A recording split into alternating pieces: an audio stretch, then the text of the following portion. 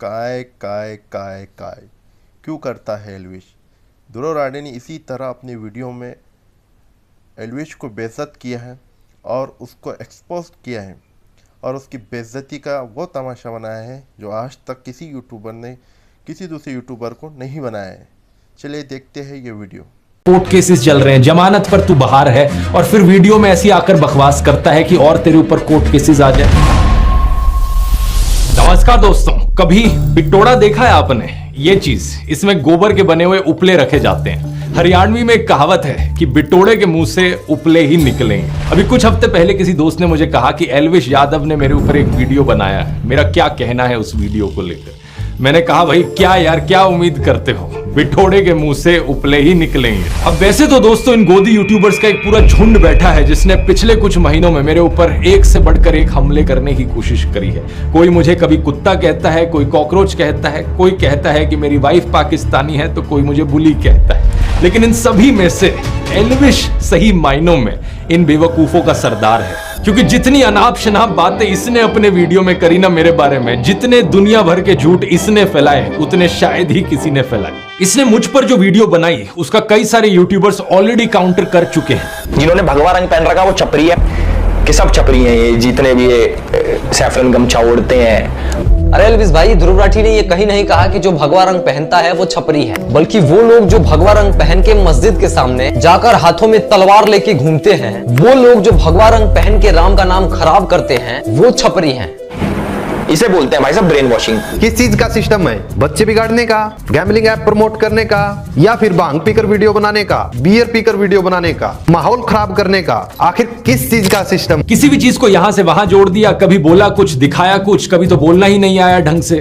हर्षमंदार कह लो या फिर हर्षमंदर कह लो, जो भी है। तो this is an interview of Harmandar Singh. Harmandar Singh Harshmander नहीं है, इज अ डिफरेंट गाय। अब जस्ट बिकॉज उनके नाम सिमिलर हैं तो इसने उन्हीं का आर्टिकल दिखा दिया, मतलब हद होती है यार। अब इस बात का कोई प्रूफ अवेलेबल नहीं है कि हर्षमंदर और ध्रुव राठी डायरेक्टली कनेक्टेड हैं, लेकिन एक स्पेकुलेशन के आधार पे और एक कॉन्स्पिरेसी थ्योरी के आधार पे इस बात को इतने कॉन्फिडेंस से बता दिया जाता है। जो व्यक्ति गाली देता था वो व्यक्ति ने इस वीडियो में गाली नहीं दी, खुद ही बोल रहा नहीं दे पाऊंगा। क्यों? क्योंकि इस व्यक्ति ने सुधारा है उसको। ये है पढ़े लिखे यूट्यूबर्स का फर्क। जब छपरियों का सरदार गाली देना बंद कर सकता है इस व्यक्ति के वीडियो की वजह से, तो फिर इसके जो गुलाम हैं वो क्यों नहीं गाली देना बंद करेंगे? इतनी बेइज्जती होने के बाद भी एल्विश का मन नहीं भरा। मुझसे कहने लगा कि काउंटर दो। कहाँ है काउंटर? कहाँ है काउंटर? काउंटर कहाँ है? काउंटर कहाँ है? जवाब कहाँ है?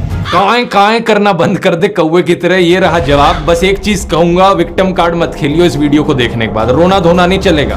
पहले भी तू टीवी पर बहुत रोया। लोग मेरे को बोलते थे बीजेपी का दल्ला है। हमारे ध्रुव भाई को एंटी नेशनल्स में इतना इंटरेस्ट क्यों है? करने को कोई कुछ भी कर सकता है, पर इंसान कितना पागल होगा। बीजेपी की एक बड़ी पॉपुलर स्ट्रैटेजी है, आपने भी नोटिस किया होगा दोस्तों, कि जो भी इंसान बीजेपी की आलोचना करता है, ये बीजेपी वाले उसे एंटी नेशनल घोषित करते फिरते हैं। एल्विश ने भी यही किया कि ये इंसान एंटी नेशनल, वो एंटी नेशनल, फलाना एंटी नेशनल, ढिमकाना एंटी नेशनल। अब किसी तरीके से इन सभी लोगों के ध्रुव राठी से कनेक्शन जोड़ दो और इसे भी एंटी नेशनल घोषित कर दो। मैंने तो एंटी नेशनल घोषित कर दिया। आइए पॉइंट बाय पॉइंट देखते हैं कि इसने एग्जैक्टली क्या कहा था। इसने बात करी थी आदिल अमन नाम के एक आदमी की। साल 2020 के अंदर ध्रुव राठी ने एक फेसबुक ग्रुप बनाया जिसके अंदर वो एडमिन थे, और इस ग्रुप के अंदर बहुत सारे लोग थे। उसके अंदर एक इंपॉर्टेंट चेहरा था जिसका नाम है आदिल अमन। पहली गलत इन्फो, साल 2020 में मैंने कोई ग्रुप नहीं बनाया। जिस ग्रुप की ये बात कर रहा है वो मैंने 2017 में बनाया था और 2020 तक तो मैंने उसे बंद कर दिया था। इस फेसबुक ग्रुप का नाम था ध्रुव राठी स्क्वाड। इसके साथ साथ मेरा एक फेसबुक पेज भी है सिर्फ ध्रुव राठी नाम से। इस ग्रुप को मैनेज करने के लिए मैंने कुछ एडमिन्स को चुना, उन लोगों में से जो मेरे फेसबुक पेज पर सबसे ज्यादा एक्टिव लोग थे। कौन ये लोग थे मैं नहीं जानता, मैंने सिर्फ इस बेसिस पर इन लोगों फेसबुक ग्रुप का एडमिन बनाया कि ये मेरे फेसबुक पेज पर सबसे ज्यादा लाइक और कमेंट करते थे। इनफैक्ट फेसबुक की खुद की ये सजेशन होती थी उस जमाने में। तो जो भी एडमिन्स थे मेरे फेसबुक ग्रुप के, उनमें से किसी से भी मैं आज तक पर्सनली कभी नहीं मिला। अब हुआ क्या कि इनमें से एक एडमिन आदिल अमन ने एक टाइम पर बड़े ही वायलेंट और एक्सट्रीमिस्ट टाइप के कमेंट्स किए जिन्हें ऑब्वियसली मैं सपोर्ट नहीं करता। बाकी एडमिन्स ने वो कमेंट्स मुझे दिखाए और मैंने फिर इसे एडमिन की पोजीशन से हटा दिया। अब लॉजिकल सी बात है, मैं हमेशा नाथुराम गोडसे वाली ऐसी मानसिकता का विरोध करता हूं, लेकिन बाद में मैंने रियलाइज किया कि अगर इस तरीके से चलता रहा, इस ग्रुप में कोई कुछ भी लिखेगा, ब्लेम वहां मेरे ऊपर आएगा बाद में। इसलिए साल 2020-21 के अराउंड मैंने इस पूरे फेसबुक ग्रुप को ही शट डाउन कर दिया। अब 4 सालों बाद हमारी कहानी में एंट्री होती है इस बेवकूफ की, जो इस घटना को लेकर एक स्कैंडल बनाने की कोशिश करता है। ये अपनी इमेजिनरी कहानियां बनाता है कि आदिल और मैं तो जिगरी दोस्त हैं। अगर ध्रुव भाई ये वीडियो देख रहे हैं तो भाई के चेहरे पे मुस्कुराहट आ गई होगी, क्योंकि पुराने साथी हैं, आम आदमी पार्टी में साथ में काम करते थे। जब प्रधानमंत्री मोदी सड़क छाप मवालियों को ट्विटर पर फॉलो करते हुए दिखते हैं, तब तो ये गोदी इन्फ्लुएंसर सारा लॉजिक लगा देते हैं कि इसमें हमारे प्रधानमंत्री जी की क्या गलती।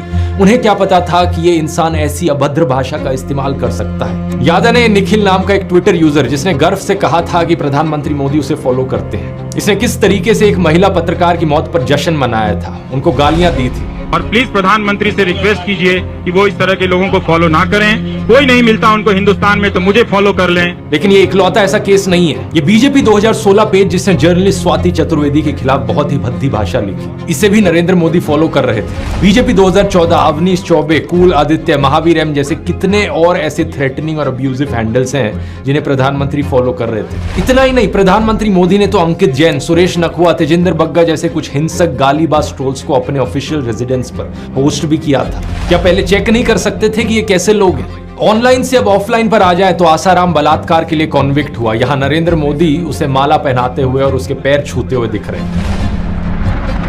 जीवन में जब कोई नहीं जानता था, उस समय से बापू के आशीर्वाद मुझे मिलते रहे हैं। इस ट्वीट और इस फेसबुक पोस्ट में प्रधानमंत्री मोदी गुरमीत राम रहीम की प्रशंसा करते हुए दिख रहे थे। वही गुरमीत राम रहीम जिसे मर्डर और रेप जैसे केसेस में दोषी पाया गया है। इस फोटो में हरियाणा के पूर्व मुख्यमंत्री गुरमीत राम रहीम के साथ बैठे हुए दिख रहे हैं। 2017 के इस न्यूज आर्टिकल को देखिए। मध्य प्रदेश की एंटी टेररिस्ट स्क्वाड ने भोपाल, ग्वालियर, जबलपुर और सतना में 11 लोगों को गिरफ्तार किया। इन पर आरोप था कि ये पाकिस्तान की ISI के लिए जासूसी कर रहे थे। अब आज तक की हेडलाइन देखिए। ये जो गले में बीजेपी का पट्टा डाले हुए और टी शर्ट पर मोदी लिखवाए हुए दिख रहा है, ये है ध्रुव सक्सेना। यहाँ इसकी फोटो देखिए मध्य प्रदेश के पूर्व मुख्यमंत्री शिवराज सिंह चौहान के साथ। कि भारतीय जनता पार्टी विश्व की पहली राजनीतिक पार्टी जिसके ऊपर एक ठप्पा लग चुका है कि यह एक ISI सर्टिफाइड पार्टी बन चुकी है। कम से कम 3 शख्स इन 11 में से सीधा तरीके से भारतीय जनता पार्टी के साथ जुड़े हुए।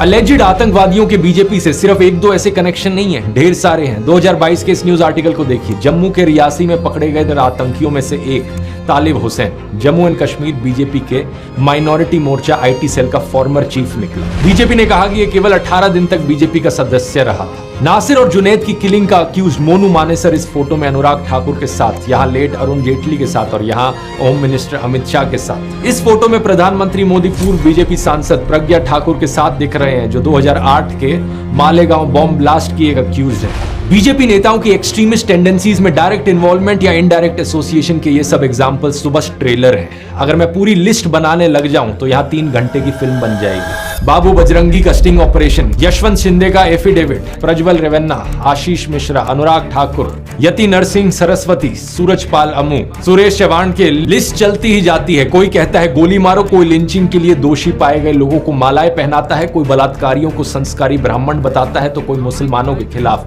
जेनोसाइड की बात करता है। क्या एल्विश में हिम्मत है इन सब केसेस पर बोलने की? एल्विश, मुझे पक्का पता है तू इस वीडियो को देख रहा होगा। सीधा तुझसे बोलना चाहूंगा, अगर तुझ में 1% भी हिम्मत है तो बीजेपी से काउंटर मांग कर दिखा दे। कहां है काउंटर, कहां है काउंटर? ये जो काएं करे जा रहा था ना मेरे साथ, बीजेपी के साथ करके दिखा। नहीं कर पाएगा, क्योंकि मुझे पता है तेरे जैसे सत्ता के चाटुकार पूरी जिंदगी ऐसी हिम्मत नहीं जुटा पाएंगे। मेरे खिलाफ बोलना आसान है क्योंकि पता है सरकार पीछे से कुछ कहेगी नहीं और बड़े यूट्यूबर को टारगेट करके व्यूज मिलेंगे, कंट्रोवर्सी होगी, पब्लिसिटी मिलेगी। पता है तुझ जैसे गोदी यूट्यूबर्स की सबसे बड़ी प्रॉब्लम क्या है? तुझ जैसे लोगों को लगता है कि कंट्रोवर्सी क्रिएट करके व्यूज आएंगे और इसी तरीके से फॉलोअर्स बटोरे जा सकते हैं, इसी तरीके से यूट्यूब पर करियर बनाया जा सकता है। लेकिन तेरे जैसे एक और यूट्यूबर को मैंने पहले भी कहा था कि कंट्रोवर्सी करके एक सस्टेनेबल यूट्यूब करियर बनाना पॉसिबल नहीं है। एक लिमिट तक ही लोग इस ड्रामे को बर्दाश्त करेंगे, उसके बाद लोगों को भी पता लग जाएगा तू ये ड्रामा जो करता है, कंट्रोवर्सी जो करता है, सिर्फ व्यूज के लिए करता है, पैसे के लिए करता है। असलियत में यूट्यूब पर अगर एक लॉन्ग टर्म करियर बनाना है तो उसके लिए ऑडियंस को कुछ जेन्युइन वैल्यू देनी पड़ेगी। ये चीज मैंने अपने यूट्यूब ब्लूप्रिंट कोर्स में सिखाई है।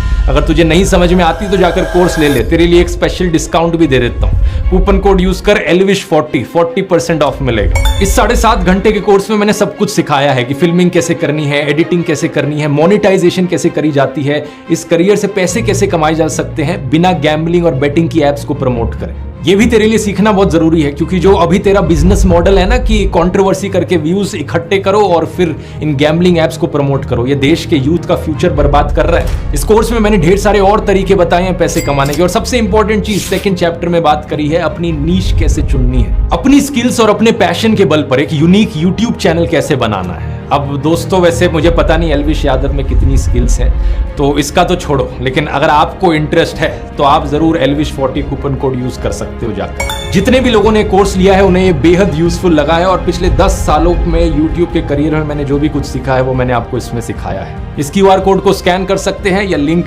नीचे डिस्क्रिप्शन में भी मिल जाएगा। टॉपिक पर वापस आए तो आगे बंदा बात करता है जॉर्ज सोरोस की। तो हर्ष मंदार है वो जॉर्ज सोरोस के साथ काम करता है, जिसने 8,000 करोड़ की फंडिंग दे रखी है मोदी जैसे राष्ट्रवादी पीएम को हटाने के लिए और सरकार गिराने के लिए।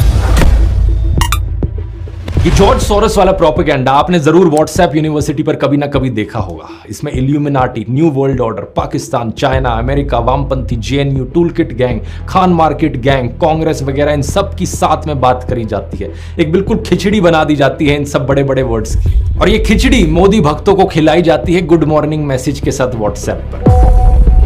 एल्विश अपने वीडियो में बार बार कहता है कि गूगल कर लो, गूगल कर लो, तो आइए गूगल करके देखते हैं कि कौन है ये जॉर्ज सोरोस। जॉर्ज सोरोस एक हंगेरियन अमेरिकन बिलियनियर है, और वे एक investor, hedge fund manager, short seller और फिलेंथ्रोपिस्ट है। बहुत सारे बड़े बड़े शब्द हैं, मैं जानता हूं एल्विश को हजम नहीं हुए होंगे, तो उसने सीधा व्हाट्सएप खोला और देखा कि व्हाट्सएप पर जो लिखा है वो बता देता हूं। 1992 में इन्होंने अपनी शॉर्ट सेलिंग से बैंक ऑफ इंग्लैंड को हिला दिया था, $1 बिलियन का प्रॉफिट कमाया था। 1997 में इन्होंने थाईलैंड और मलेशिया की करेंसीज को शॉर्ट कर दिया था, जिसकी वजह से एक फाइनेंशियल क्राइसिस देखने को मिली थी। उसी साल इन्होंने दी अटलांटिक में एक आर्टिकल लिखा था जिसमें इन्होंने कहा कि वैसे तो मैंने फाइनेंशियल मार्केट्स में छप्पर फाड़ कमाई की है, लेकिन अब मुझे लगता है कि लेसे फेयर कैपिटलिज्म, यानी जहां कोई रेगुलेशंस ना हो, ऐसा कैपिटलिज्म एक खतरा है ओपन सोसाइटी के लिए। ओपन सोसाइटी का मतलब है एक ऐसी दुनिया जहां डेमोक्रेटिक गवर्नेंस हो, फ्रीडम ऑफ एक्सप्रेशन हो और इंडिविजुअल राइट्स के लिए रिस्पेक्ट की जाए। ऐसी सोसाइटी बनाने के लिए इन्होंने दुनिया के 100 देशों में अपनी ओपन सोसाइटी फाउंडेशन बनाई। इस ओपन सोसाइटी फाउंडेशन ने इंडिया में अपने कदम रखे साल 1999 में, जब अटल बिहारी वाजपेयी हमारे देश के प्रधानमंत्री थे। इनिशियली ये इंडियन इंस्टीट्यूशंस में स्टडी और रिसर्च के लिए स्टूडेंट्स को फेलोशिप्स और स्कॉलरशिप्स देते थे। ये सिर्फ साल 2014 में ही था कि इन्होंने अपना India specific grant making program शुरू किया। इसके तहत इन्होंने अलग अलग सेक्टर्स में काम करने वाली लोकल ऑर्गेनाइजेशंस को सपोर्ट किया, जैसे कि साइको सोशल डिसेबिलिटीज वाले लोगों के लिए community living, public services, rights को स्ट्रेंथन करना, justice system reforms, medicine access. इनके सोशल इंपैक्ट इन्वेस्टमेंट्स ने 2 वेंचर्स को फंड किया है, नियो ग्रोथ और कैपिटल फ्लोट। इन दोनों वेंचर्स ने इंडिया के 40,000 से ज्यादा छोटे बिजनेसेस को $300 मिलियन की अफोर्डेबल फाइनेंसिंग दी है। जैसे कि 2017 का ये न्यूज आर्टिकल देखिए, कैपिटल फ्लोट फाइनेंशियल ईयर 2018 में 5,000 करोड़ के लोन्स डिसबर्स करेगी स्मॉल और माइक्रो बिजनेसेस को। 2022 में कैपिटल फ्लोट का नाम हो गया एक्सियो।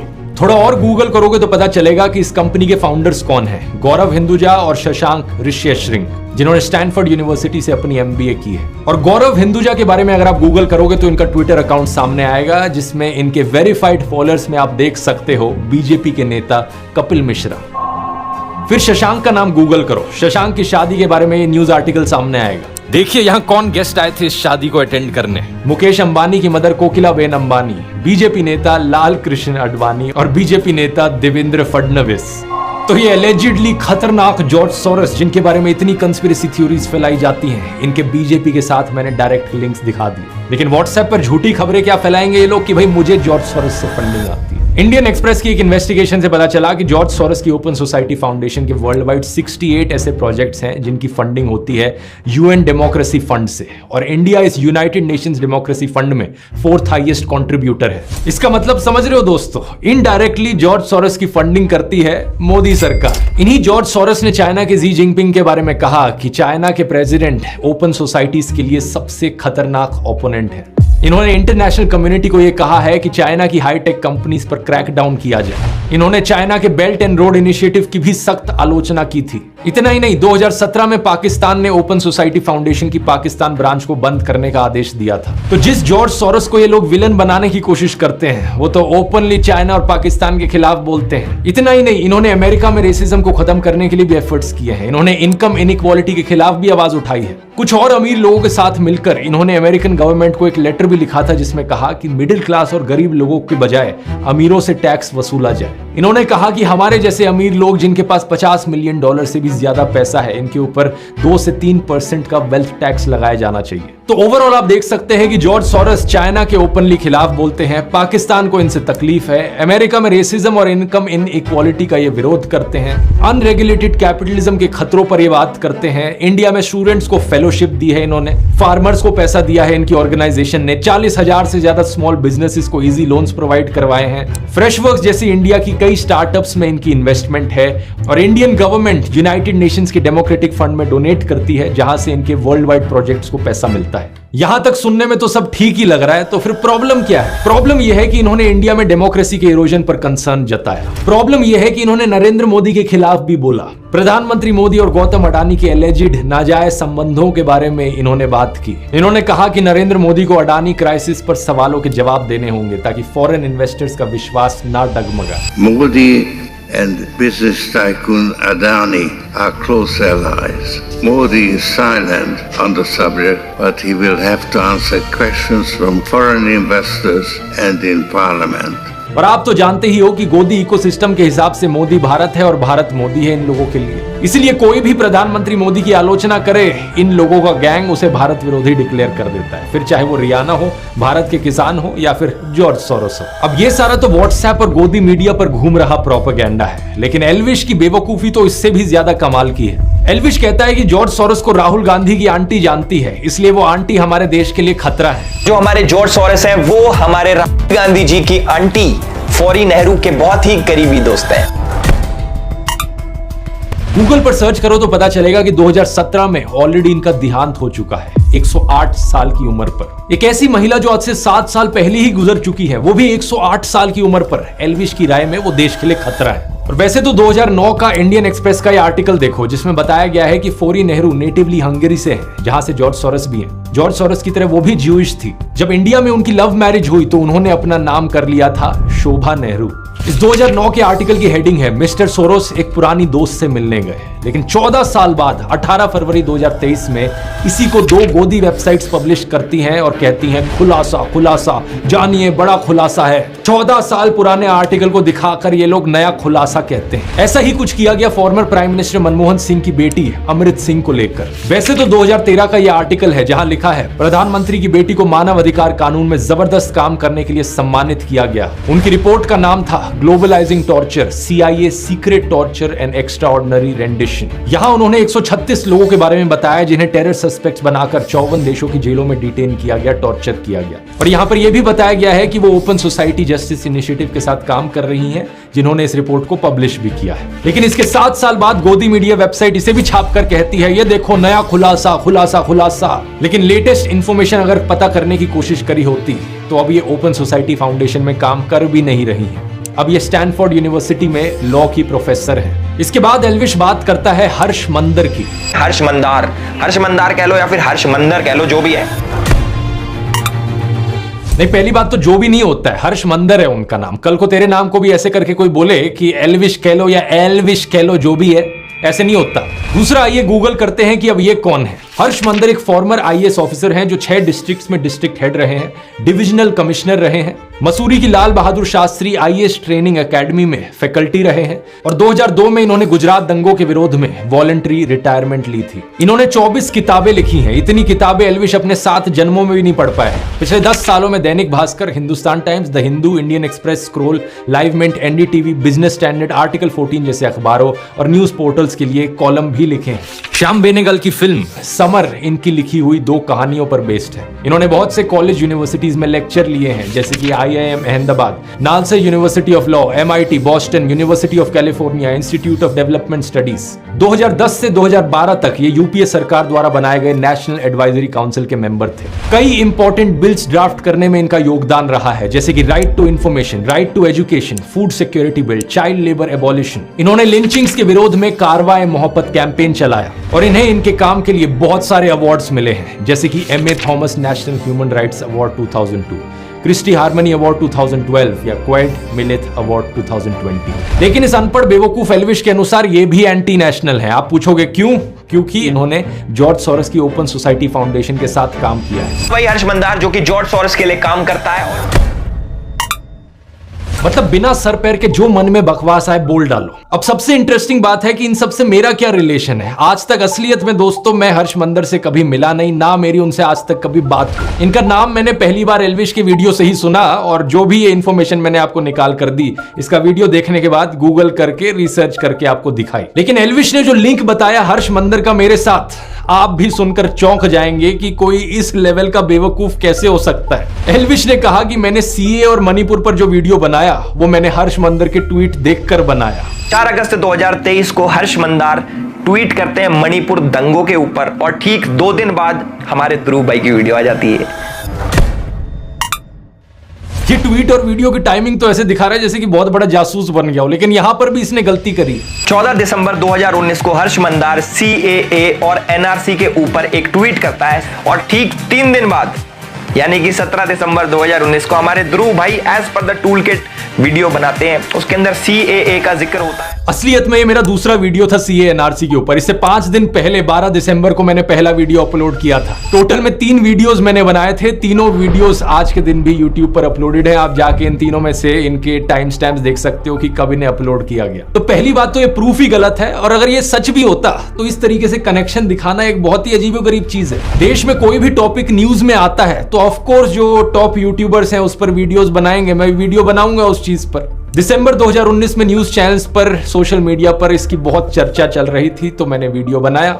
मेरे साथ साथ लाखों लोगों ने इस पर ट्वीट किए, फेसबुक पर पोस्ट किए। सेम चीज मणिपुर के लिए भी कही जा सकती है। जब मणिपुर का इशू चल रहा था तो मैंने उस पर वीडियो बनाया। अब लाखों लोगों के ट्वीट्स में से किसी एक इंसान को पकड़ लेना और कहना कि देखो इस इंसान के ट्वीट के बाद मैंने अपना वीडियो बनाया, भाई क्या लॉजिक है यार ये। और मणिपुर पर वो वीडियो बनाने का ख्याल मुझे इसलिए आया क्योंकि मणिपुर की ट्रैजिक क्लैशेस में उन 2 औरतों की वीडियो ने हर एक इंसान की आत्मा को झकझोर दिया था। हर एक इंसान जिसकी जमीन मरी नहीं हुई थी, जिसकी आत्मा बिकी नहीं हुई थी, उसने इस टॉपिक की बात करी है। लेकिन एल्विश जैसे सत्ता के चाटुकार का मुंह बिल्कुल बंद था मणिपुर जैसे इशू पर, और फिर कहता है कि मैं तो बड़ा नेशनलिस्ट हूं। तो हम तो भैया देश प्रेमी है खूब। अब हमें कुछ भी कह लो देश प्रेम हमारे अंदर भरा है। यहाँ पूरे शरीर में देश प्रेम भरा है। कुछ शर्म आती है तुझे या नहीं? रिसेंटली तुझसे नीट एग्जाम के बारे में पूछा गया तो तेरे मुंह में छाले पड़ गए, दांत दिखाकर हंसने लगा। गवर्नमेंट नीट एग्जाम, डॉक्टर्स के एग्जाम के पेपर लीक हुए, उस पर आपका क्या कहना है? क्योंकि एल्विश प्लीज आप मुनावर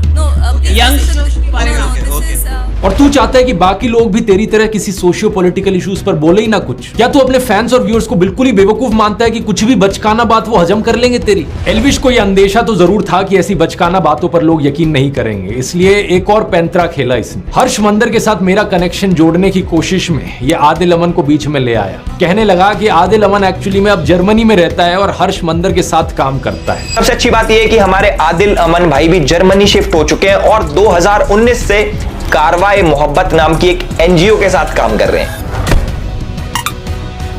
इसके लिए इसने एक फेसबुक प्रोफाइल दिखाई पीछे प्रूफ के तौर पर, और जानते हो क्या दोस्तों, ये किसी और आदिल अमन की फेसबुक प्रोफाइल थी। लिटरली यहाँ पर 2 अलग अलग इंसानों की बात करी जा रही थी। या तो ये खुद इतना बेवकूफ है कि इसने चेक भी नहीं किया कि यहाँ पर किसका फेसबुक प्रोफाइल दिखा रहा है, या फिर ये सही मायनों में अपने व्यूअर्स को बेवकूफ समझता है। वैसे मुझे तो लगता है ये खुद ही इतना बेवकूफ है क्योंकि इसने ये भी नहीं नोटिस किया कि ये वाला जो आदिल अमन था जो मेरे फेसबुक ग्रुप में था, उसके नाम की स्पेलिंग अलग थी और इस वाले आदिल अमन के नाम की स्पेलिंग अलग है। ये नहीं सोचा इसने कि सेम इंसान कैसे हो सकते हैं। ये जो दूसरा वाला आदिल अमन है, इसकी ये फेसबुक पोस्ट देखिए। 1 जून 2024 की शाम को मुझे दोस्तों ने बताया कि मेरा नाम एक फेसबुक प्रोफाइल एल्विश यादव नाम के यूट्यूबर द्वारा मिसयूज किया जा रहा है। एल्विश जो अभी जमानत से बाहर है, उसके यूट्यूब पर 15 मिलियन सब्सक्राइबर्स है और इंस्टाग्राम पर 16 मिलियन फॉलोअर्स। मैं एक रिसर्चर हूं और यूनिवर्सिटी ऑफ ग्योटिंगन में मास्टर्स कर रहा हूं। मेरा किसी भी राजनीतिक पार्टी या उनके स्टूडेंट विंग से कोई भी एफिलिएशन नहीं है, जैसा कि एल्विश ने अपने वीडियो में दावा किया। वीडियो से ही ये क्लियर है कि एल्विश ने जिस कमेंट की बात की है वो मैंने नहीं किया और मेरी फेसबुक प्रोफाइल का इस्तेमाल किया गया मेरे फॉर्मर एम्प्लॉयर हर्ष मंदर और ध्रुव राठी के बीच लिंक दिखाने के लिए। इस जानबूझकर की गई डिफेमेशन, मिस रिप्रेजेंटेशन की वजह से एल्विश के फॉलोअर्स ने गालियों वाले मैसेजेस मेरे फेसबुक इनबॉक्स में भर दिए हैं। मुझे और मेरे परिवार को चोट पहुंचाने की धमकियां दी हैं। ट्विटर पर भी मैंने देखा कि इस मिस इन्फॉर्मेशन की वजह से मेरी गिरफ्तारी की डिमांड करने लगे हैं लोग। अबे बेवकूफ एल्विश, तेरी वजह से कोई निर्दोष आदमी को वहां गालियां मिल रही हैं। शर्म आती है कि नहीं तुझे?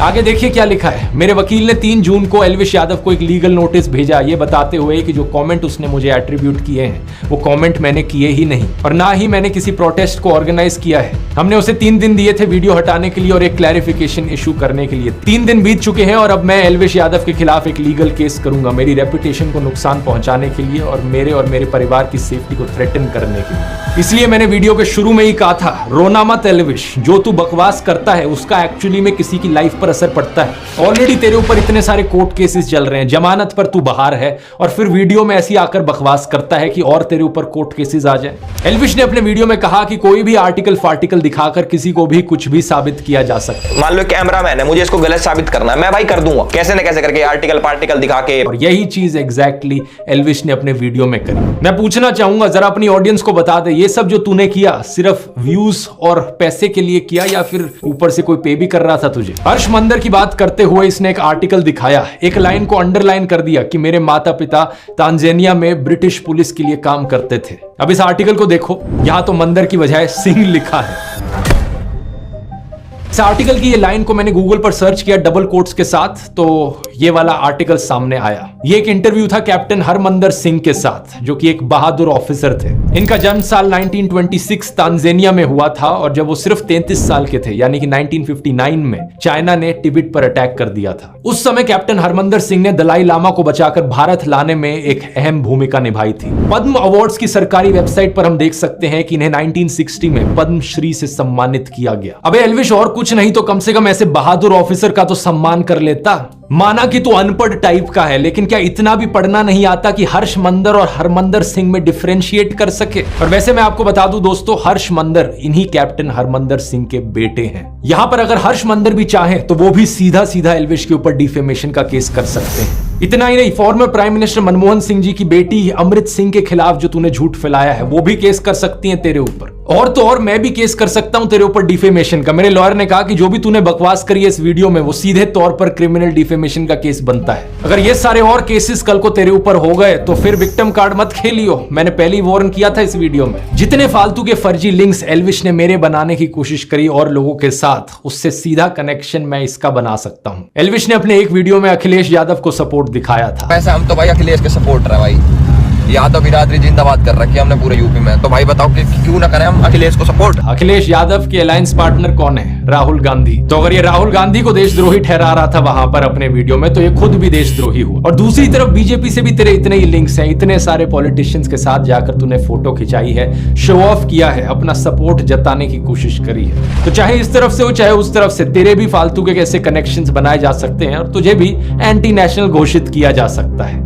मैंने तो एंटी नेशनल घोषित कर दिया। अब देखो एनआईए ने पकड़ लिया। एल्विश, तेरे जितने भी झूठ पकड़े हैं मैंने अभी तक सिर्फ 5-6 मिनट के वीडियो के सेक्शन में पकड़े हैं, अभी तो और झूठ पकड़ने बाकी है। पकड़ लिया। तूने और बहुत सारे आरोप लगाए थे मेरे ऊपर कि कैसे मैंने अपने व्हाट्सएप चैनल पर झूठी जानकारी फैलाई, टेलीग्राम पर पोर्नोग्राफिक कंटेंट शेयर किया, क्या क्या बकवास तू इमेजिन करता है। कभी तूने कहा कि मैं कोई फर्जी कॉइन प्रमोट करता हूं, कभी तूने कहा कि मेरा आम आदमी पार्टी के साथ लिंक है। जो तूने गंदगी फैलाई है इसको साफ करने में एक और वीडियो लगेगा। आगे के एक वीडियो में दोस्तों बाकी सारे आरोपों को भी डिटेल में समझेंगे और इस एल्विश यादव की असली पर्सनैलिटी को भी पकड़ेंगे। इतने एल्विश, थोड़ा इंट्रोस्पेक्ट कर, अंकल आंटी से जाकर बात कर, उन्हें ये वीडियो दिखा, उन्हें भी बता कि कितने और कोर्ट केसेस अब तेरे ऊपर किए जा सकते हैं। और हाँ, विक्टिम कार्ड मत खेलना, मुझे नहीं चाहिए कि तू दोबारा से जाकर किसी न्यूज चैनल पर रोना धोना कर। अगर आपको दोस्तों इंटरेस्ट है यूट्यूब को पार्ट टाइम जॉब या फुल टाइम करियर बनाने में, तो यूट्यूब